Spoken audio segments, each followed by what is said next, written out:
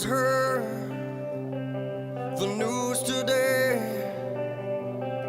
It seems my life is gonna change.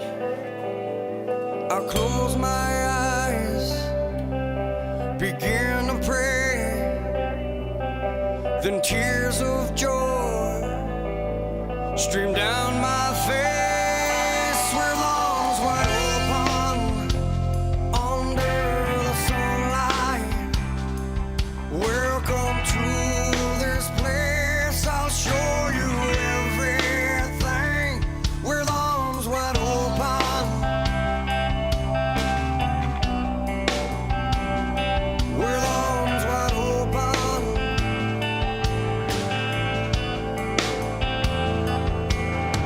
Well, I don't know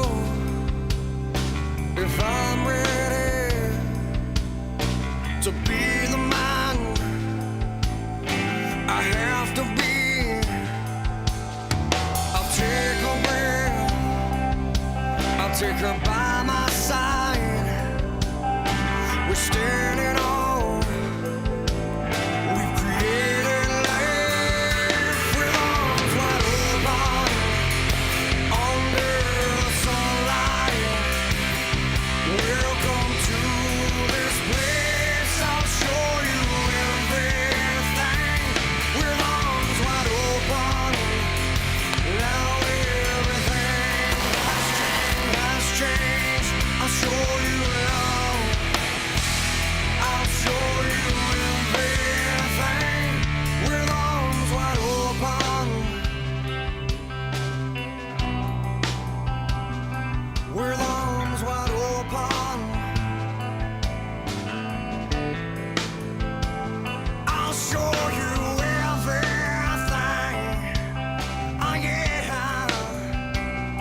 With arms wide open. Wide open. Good morning, everyone. To those present in this room and those who are watching online, I say welcome to this service of celebration of a life well lived but too short. We're here to talk about, to think about James Riley. What a tribute it is to see this room so full. And I appreciate and would say on behalf of James' family, thank you for being here. Thank you for all of your support. Here we are on a Tuesday morning, and I have no doubt whatsoever that all of you could have been doing other things. And for some of you, it is really a significant sacrifice to be here. I thank you again and again.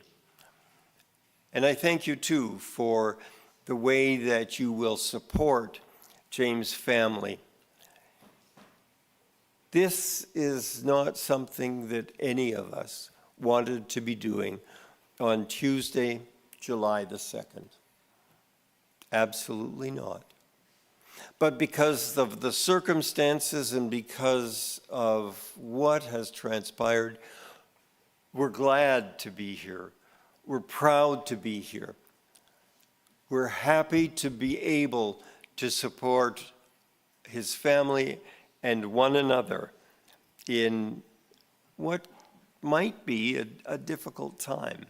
But speaking of that, let me just say to you, we're in a safe place here. I encourage you to let yourself relax. You may want to take a couple of deep breaths in and hold and then let them out. Just let yourself relax as much as is possible. And don't be afraid of laughter. Please don't be afraid of laughter. Don't be afraid of tears. Don't be afraid of any real feeling that you have here today. And I'm going to tell you, I know very well that what we do here is just a beginning. At the end of the service, you are all invited and indeed encouraged to join his family across in the Harvey room, where there will be refreshments and a light lunch. And it's my experience that standing or sitting with a cup of coffee, a bit of lunch, the stories will begin. And there will be a real joyful hubbub as we talk about and remember this man who was so significant to so many people.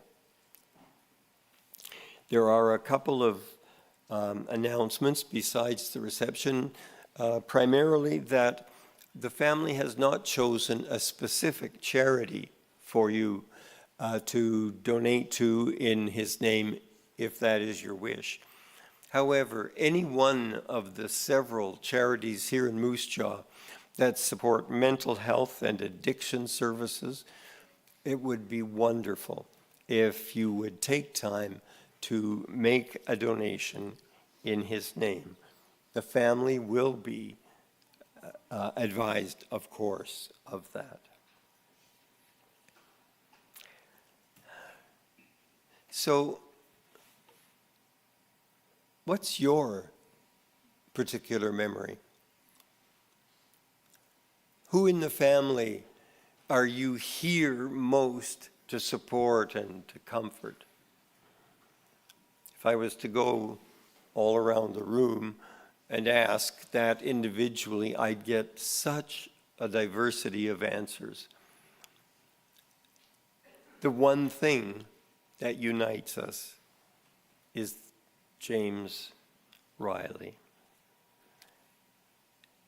I just would like to share with you a reading.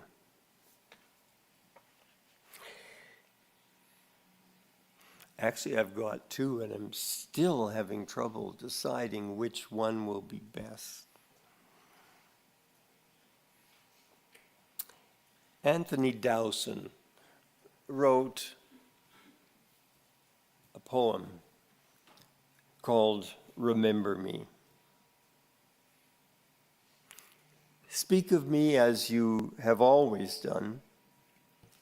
Remember the good times, the laughter, the fun. Share the happy memories we've made. Don't let them wither or fade. I'll be with you in the summer's sun, and when the winter's chill has come, I'll be the voice that whispers on the breeze. I'm peaceful now. Put your mind at ease. I've rested my eyes and gone to sleep, but memories we shared are yours to keep. Sometimes our final days may be a test, but remember me when I was at my best. Although things may not be the same, don't be afraid to use my name. Let your sorrow last for just a while. Comfort each other and try to smile. I've lived a life filled with joy and fun. Live on now. Make me proud of what you'll become.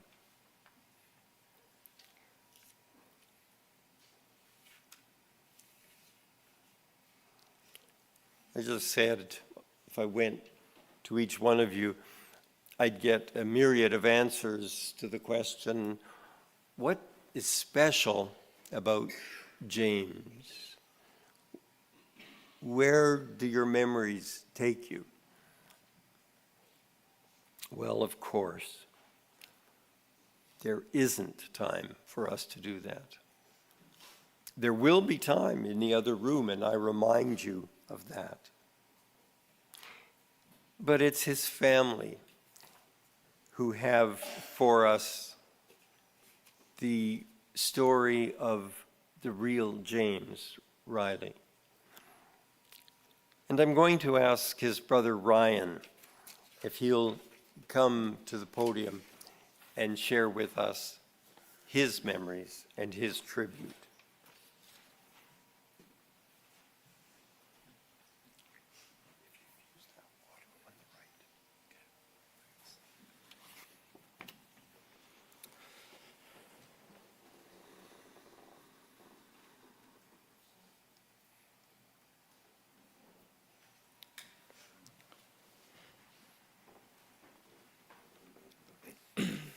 I want to start off first by thanking everyone for their support. The amount of support through texts, calls, numerous visits to the house was very moving. And just looking out right now, it means a lot to me and my family. I know it's helped our family's healing process during this difficult time. I'm here to talk on behalf of my family about James. He was a beloved father, brother, son, uncle, friend, and many more roles. James was a driven, protective, and hardworking individual whose presence touched the lives of everyone who knew him. He was very sociable, easy to strike a conversation with, and enjoyed telling stories. He was always fully committed not only to impersonating people's voices, but also their mannerisms. So I'm Ryan Cox, his brother. He was 12 years older than I was, so automatically he was going to be a lot bigger than I was. But he had a really big presence in my life growing up. He was about tough love. He was tough on me, just like any older brother would. You know, I'm sure I had a few times yelling and screaming for mom's help from him beating me up. But with his toughness, I knew it was lots of love. I wanted to be like him. He shot left-handed. I changed to have a left-handed shot. His favorite number was 15, and he wore 15 in hockey, so my favorite number was 15, and I wore number 15 in hockey. He played center, I played center. Talking about tough love. He'd be gone for long periods of time when he worked on the oil rigs, so when he was home, he never wanted to waste time or a chance to be in the water, even if that meant waking up at the crack of dawn for calm waters. And if you're familiar with Buffalo Pound, that water's gross.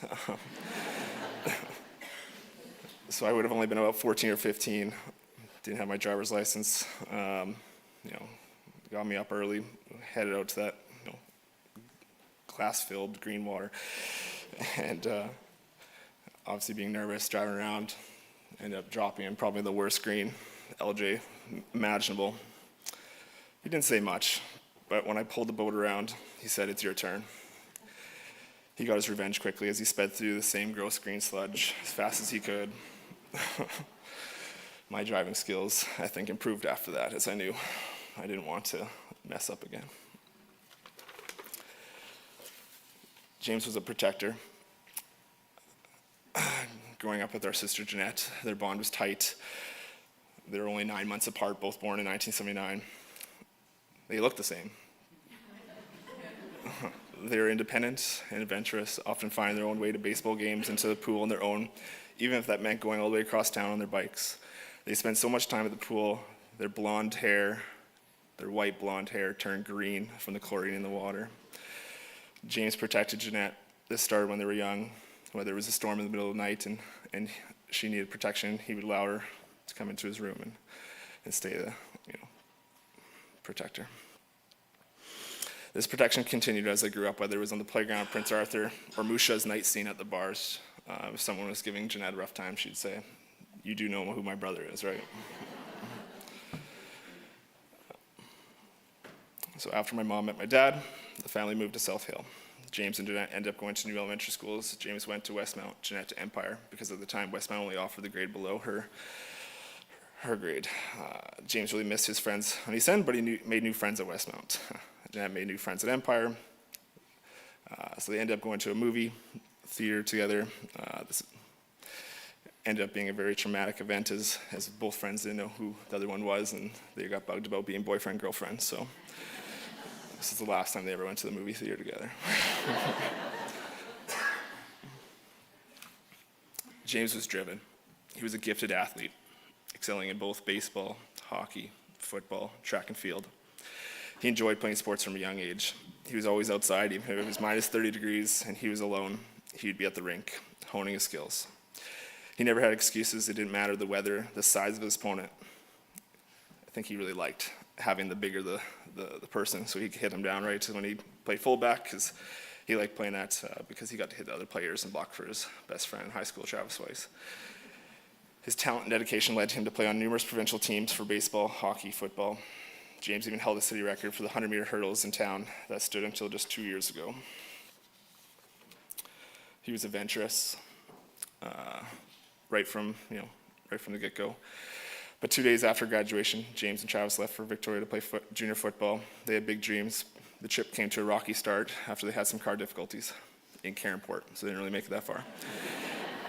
This should have been a sign, but it went unnoticed. They eventually arrived in Vancouver, and as James does, when he is not sure what to do, he called Mom. It ended up being about 5 in the morning. What ferry we were supposed to go on to get to Victoria. My mom had never been to Vancouver.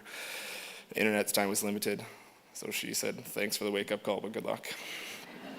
They ended up making their way to Victoria. It didn't last very long, like I said. The sign was there, but they didn't notice. But luckily, it was early enough for them to return and play with the Hilltops in Saskatoon. I got dragged around lots to these sporting events. That's basically the first 7 years of my life was just being in different hockey rinks, football fields, and just getting to watch my brother play. And he was pretty good at hockey, but he didn't always use his hands for scoring goals. So we had to make sure that we made the trip to Assiniboine in time to make sure we seen him play, or else he, would probably be in the stands watching with us. James had a strong connection with his younger brother, Daryl Jr. He took Daryl in at times of need and made sure they spent as much time together as possible. He'd be giving him guidance, and they'd do lots of activities together at the cabin in town. James' stepdaughter, Chassity, has been in his life for over 15 years. They were able to foster a strong bond. They spent lots of time out at the lake doing various activities and going to support Kaylee and Christelle at their dance recitals or soccer games.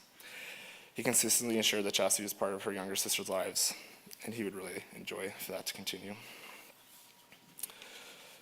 The most important part of James' story is raising his 2 daughters, Christelle and Kaylee.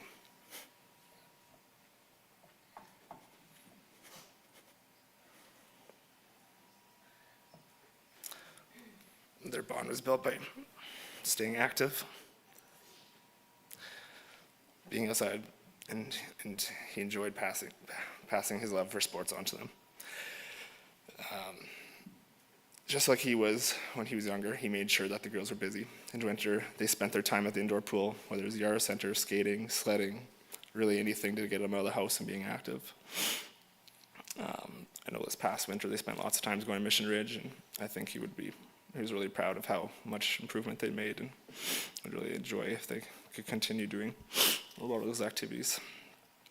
Their skills were really starting to improve. In the summer, you can guess, but it was filled with time at Buffalo Pound. He had a seasonal campsite, so they were close to the water to get on the boat for tubing or simply to park the boat in the middle of the lake and dive in to cool off. James was always in the middle of the action, pushing the girls to expand their comfort zone. I know they will still spend lots of time at the lake, but I know they'll not quite be the same. The girls share his adventurous and outgoing personalities. They quickly make new friends and make themselves at home with whoever they meet, often overstaying their welcome. You can just picture James with his smile, his unique little laugh, because he knew his family, this new family didn't know what they're getting themselves into. The girls have lots of energy, is all I'm saying.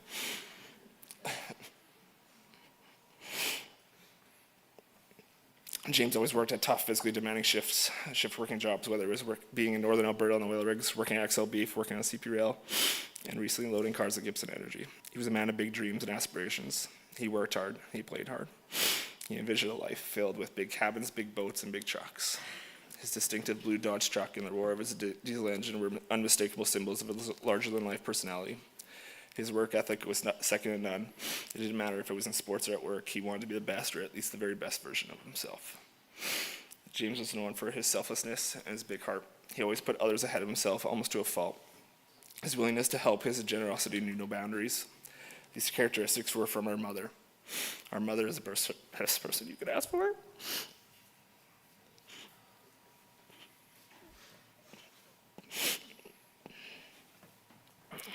They spent lots of time together with the girls. Often Mom would be along for all the adventures, whether it was either Mission Ridge, Regina, and the lake to swimming pool. She was always happy to take the pictures and get to experience her son as a father.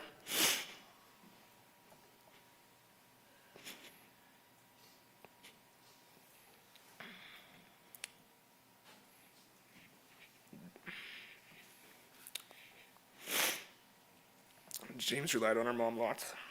For how tough and big and driven James was, he was a mama's boy at heart.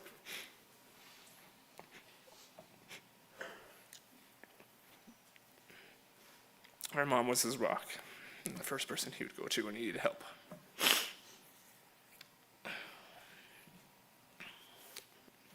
We will remember James for not only his achievements and dreams, but also for the love and joy he brought into our lives. His legacy will live on through his two beautiful daughters. As we say goodbye to James, let us hold on to our memories and the love he shared with us. He will forever remain in our hearts, a shining example of a well-lived and soul deeply loved. Rest in peace, James. He will be missed, but never forgotten.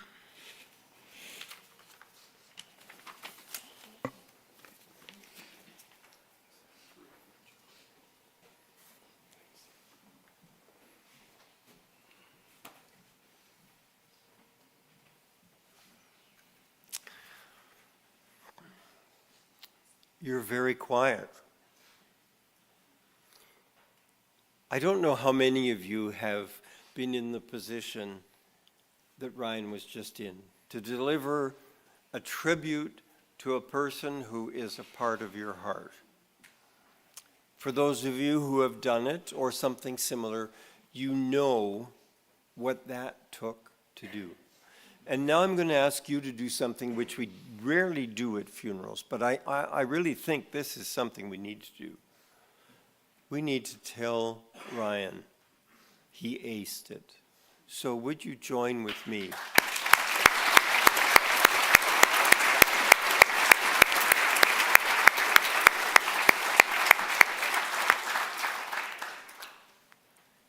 Thank you for sharing your heart, Ryan. Ryan mentioned Chassity, James' stepdaughter. And Chassity has a poem that she is going to read to us. And for her, as for Ryan, please send your loving thoughts her way and support her as she comes to undertake this difficult task.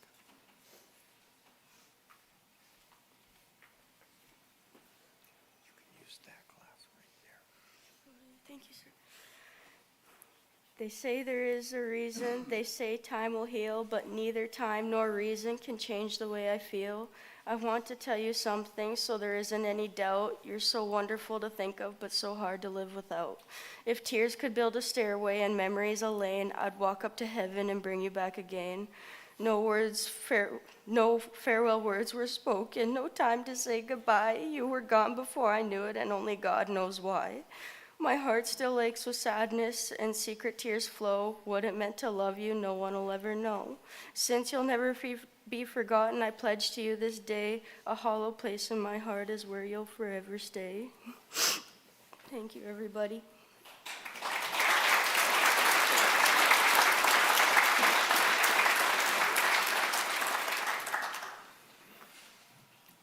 Thank you, Chassity.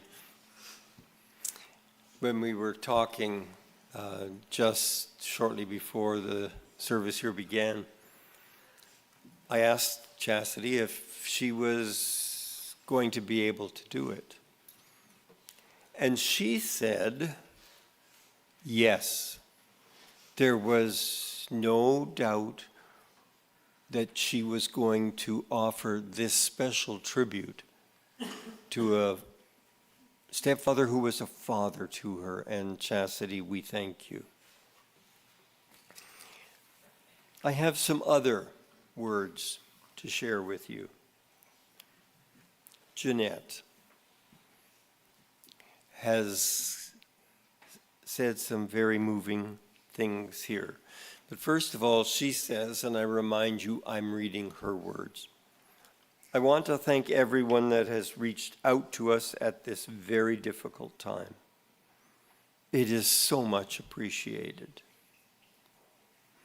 This, writing this tribute, is one of the hardest things I will have to do, and something I didn't think I would have to. I know that I don't have to say anything, but I really want everyone to know how much I loved my brother and the bond we had. I am now, and always will be, proud to call him my brother. The day he was born was the day I learned to walk, she says. I wasn't interested in meeting him. I was more interested in walking down the hallway. That puts him in his place right at the very beginning, I'd say. Well, that was an editorial comment. That's not what she said. She says, and I continue, our bond started when you came home. Mom bought a crib for James, so she had 2 cribs in the one room. She sometimes wondered what was happening because I would crawl out of my crib into his. From then on, our bond began to grow. If we were quiet, we would be found getting into trouble together. We didn't make it easy on our mom. We had her on her toes. James was my protector. It didn't matter how old I got. When we were young, everything seemed to scare me, and I found nothing scared him, or at least he never showed it. I was supposed to be the big sister, but found him being the protector, bigger brother. I was honored to have him alongside our mother to walk me down the aisle at my wedding. James was a talented, driven athlete. He had so much determination to be the best. He did what he had to do to be on teams. One thing comes to mind, and that's when he had to wear a garbage bag in the sauna so he could cut weight to play on the team in his age category. Now, I'm not saying this for all of you, but a garbage bag in the sauna might be extreme for losing weight. So he had the confidence, she says, that I never had. He was a handsome guy. I am going to miss not seeing you, James, at our family functions, celebrating birthdays, or any excuse we have to get together. Who is going to finish your kids' plates of food now? I don't think Mom or me can do it. Well, you'd be surprised. You might be gifted with the strength just to eat that extra. It's going to be a hard summer. We both loved the lake life. I'm going to miss seeing you at the campground. I will never go for a walk, a hike, a bike ride, paddleboard, kayak, or just hang out at the pool, beach, or park again without thinking of you. I will never get to drive your boat or give your boat the annual bath because of, I will never be the one, I will never get to drive your boats or give your boats their annual bath because of my boat driving ability. I will never be the one driving for you to wakeboard or wake surf or even tubing with your girls. Wow, did he have patience? Because I wasn't that great at getting the boat to the correct speed. But he put up with me because he really wanted to spend time together on the water. Jeanette and because he loved you deeply. He was excited when Jamie would come. He was a much better driver than me and our mom. I will never forget our memories we have made over the years. You will be dearly missed by me and the family. Rest in peace. Give Grandma and Grandpa a hug for me. And it's signed simply, Love, Jeanette. Thank you for sharing your heart with us, Jeanette. And then I'm going to share a few words from Christelle and Kaylee.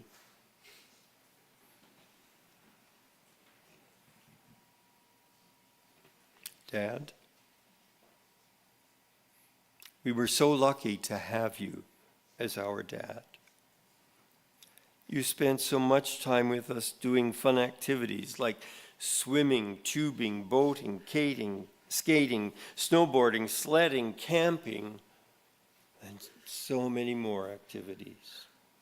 We really enjoyed all our adventures and road trips together. We will miss you very much, but we'll always cherish the memories that we made together. Fathers and daughters have a special bond. Girls, let me tell you, I'm the father of a daughter, and what you say here is exactly right. Fathers and daughters have a special bond. We will always be Daddy's girls. Goodbye, Dad. Until we meet again. Love, Crystal, and Kaylee. Girls, thank you so much for sharing that. And it's fine to cry. We understand in ways that you don't know yet how you're feeling and what a terrible loss this is for you.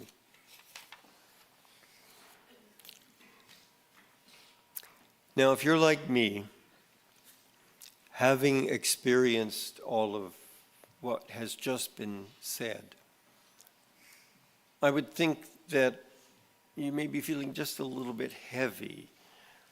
And it's not sadness as much as it is pain for the loss, particularly that James' family feels today and will continue to feel. So once again, I'm just going to say to you, take a deep breath in like this, hold it, and let it out. Honestly, do this. A deep breath in and let it out. Because you're going to enjoy these next few minutes as James' family shares pictures and music for us to view.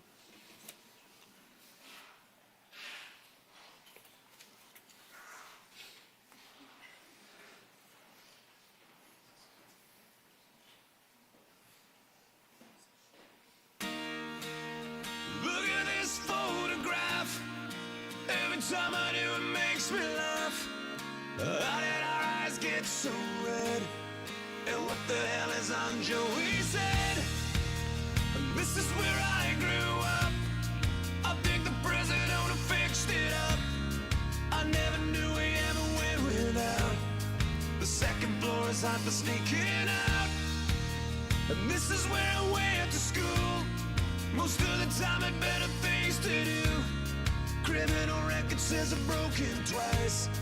I must have done it half a dozen times. I wonder if it's too late. Should I go back and try to graduate? Life's better now than it was back then.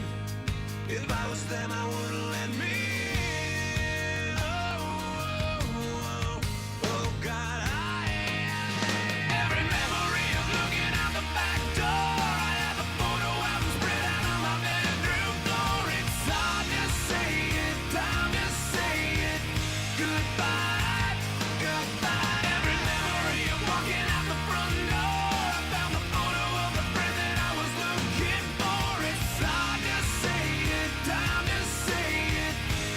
goodbye, goodbye.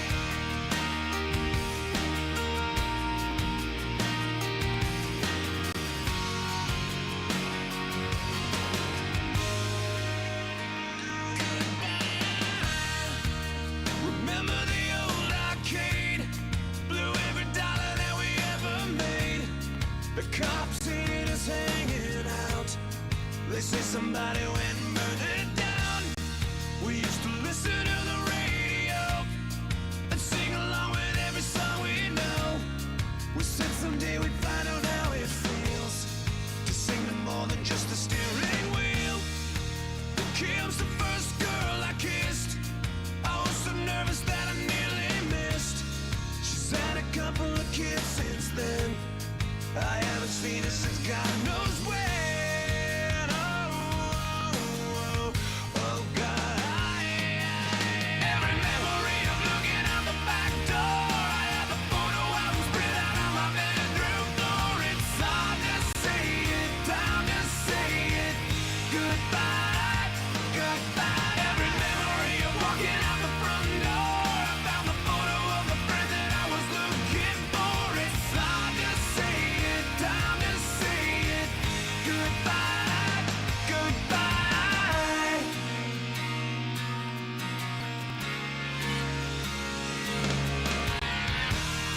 I miss that town.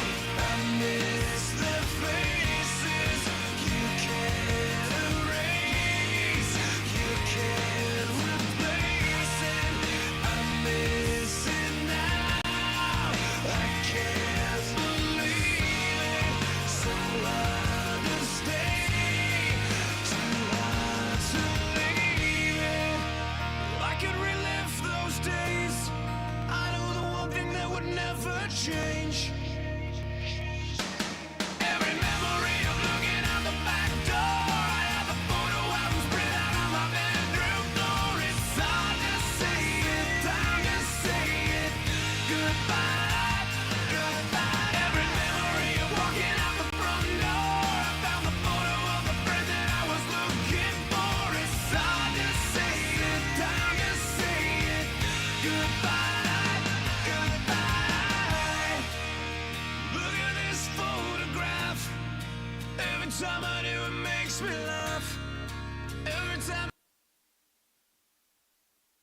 Time is going by so much faster than I'm starting to regret, and I've spent it all of it with you. Now I'm wondering why I've kept this bottle inside.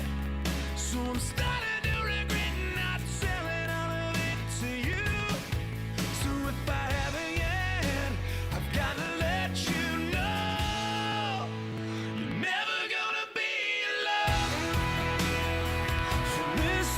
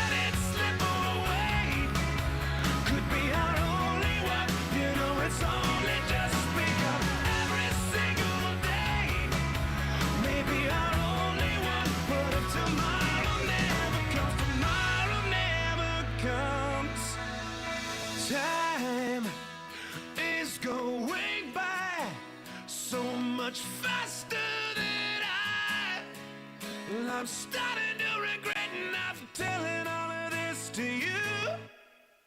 You're never gonna be alone from this moment on. If you ever feel like letting go, I won't let you fall. When all hope is gone, I know that you can carry on. We're gonna take the world on. I'll hold you till the hurt is gone. I'm gonna be there always.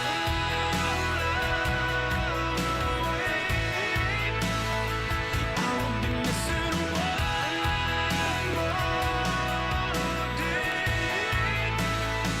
I'm gonna be there always.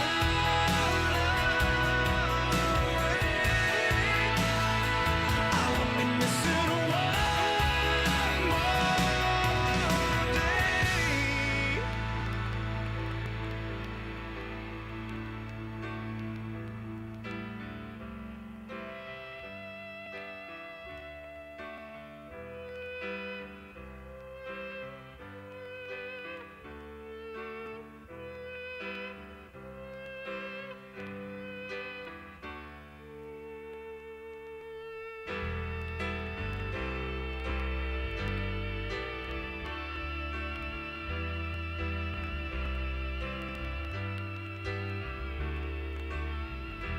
I've been around this world, yet I see no end.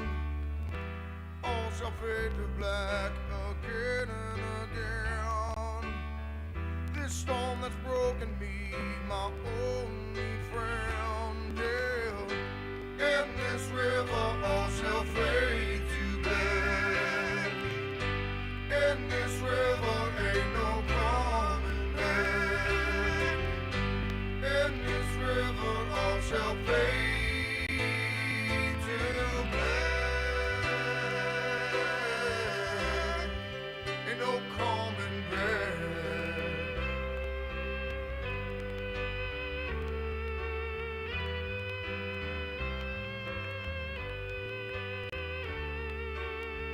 Withdrawn, I step away just to find myself.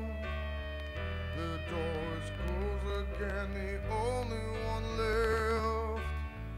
This storm that's broken me, my only friend, yeah. In this river, all shall fade to black. In this river, ain't no coming back. In this river, all shall fade to black.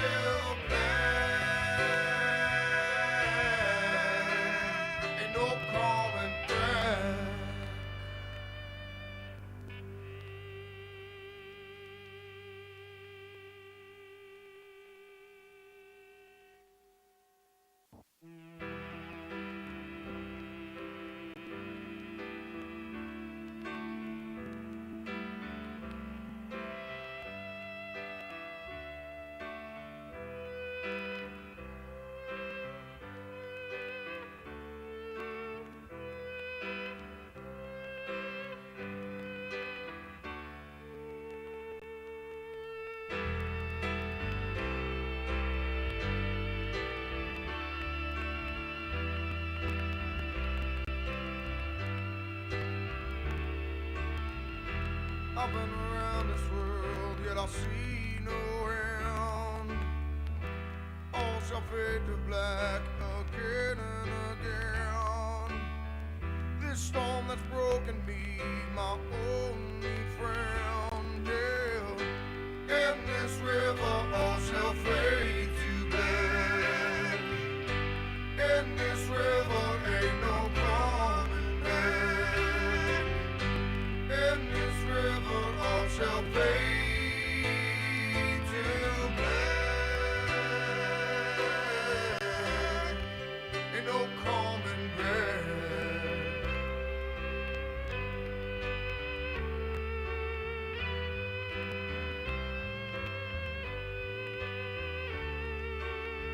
Withdrawn, I step away just to find myself.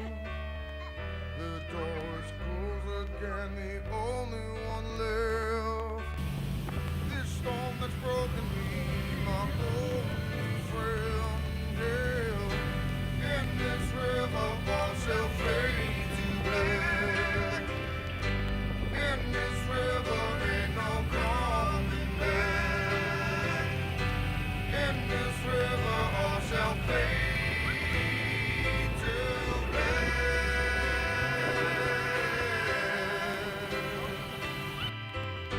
In this river all shall fade to black. In this river ain't no coming back. In this river all shall fade to black. Ain't no coming back.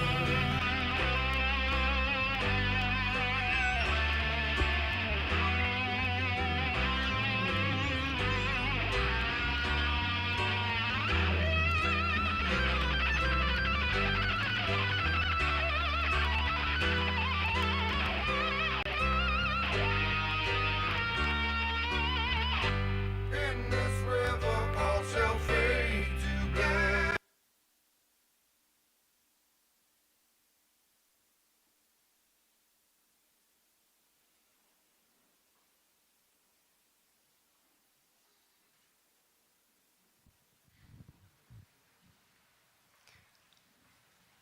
What can we possibly say that's going to add anything? Well, maybe this. Those of you who know me are not surprised. I did find something to say. I watched those pictures. I heard the words that were spoken. James was a man who lived his life, not in the fast lane in that sense, but he lived it actively. Did you see how often his children and his family showed up beside him? He wasn't out there doing something. He was in here doing something regularly. And so I would just say to each of us, let's remember that life is to be lived, that life includes our loved ones, family, good friends, whoever is present in your life, make time for them and make time to do things with them. To parents and grandparents, please never let your children think that you don't have time for them. Don't look back and say, oh, I wish I had spent that moment, that time. I'd never get it again. Please be with one another. Now, the family has agreed that it would be a good thing for us to give a blessing on James. Now, let me be very careful here. Our words are important, not just to James, but to ourselves. You see, every one of us is struggling with what has happened. And the fact that there wasn't time, that it wasn't expected, that this shouldn't have happened. We're struggling with that. You can make a decision right now in your hearts to join me in speaking, thinking, feeling a blessing on James so that we can let him go with real love. I'm not going to make this a prayer, but I would ask you, please, if you would, just to bow your heads and close your eyes while I speak this blessing. James,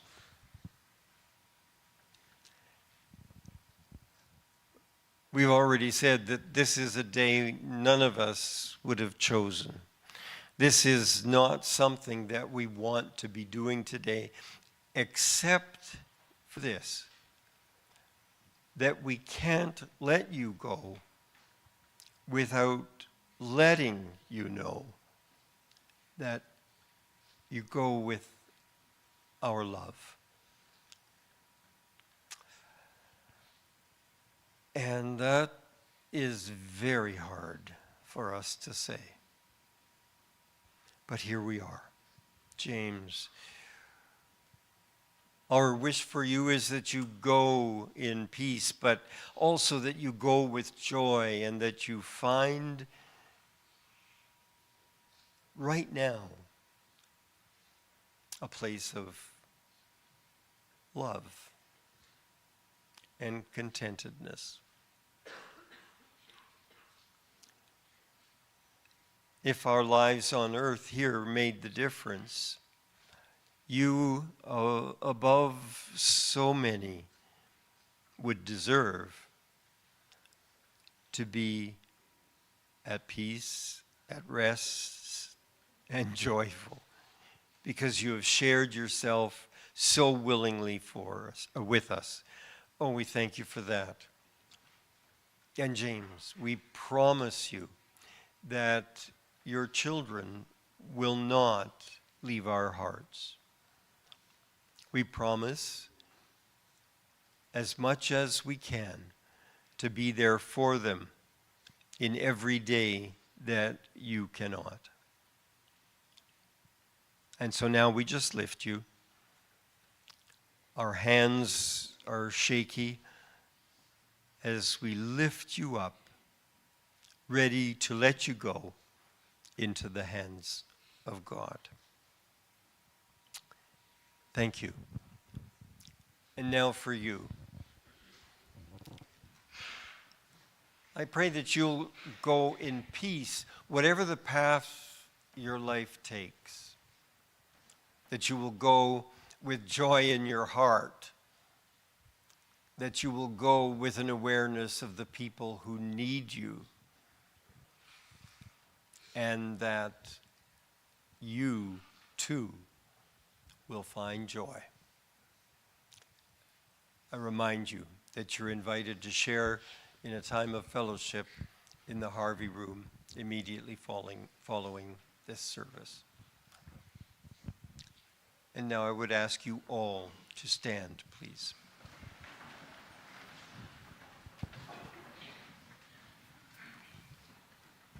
It gets better. It does get better.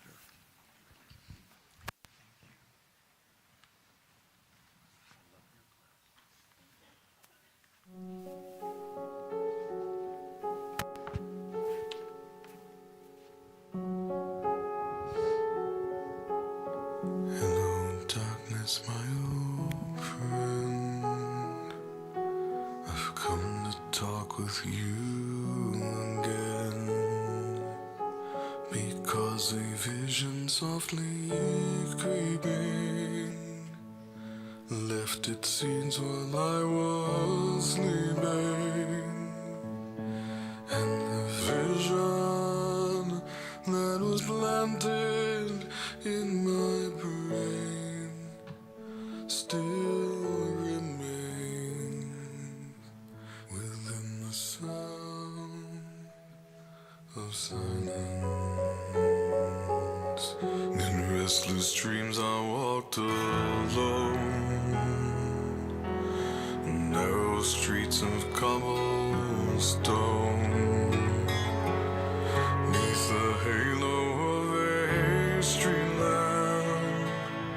I turned my collar to the cold and damp, when my eyes were stabbed by the flash of a neon light that split the night and touched the sound of silence. And in the naked light I saw 10,000 people, maybe more, people talking without speaking, people hearing without listening, people writing songs that voices never share, and no one dared disturb the sound of silence. Fool said I, you do not know. Silence like a cancer grows. Hear my words and I might teach you. Take my arms and I might reach you. But my words, like silent raindrops fell and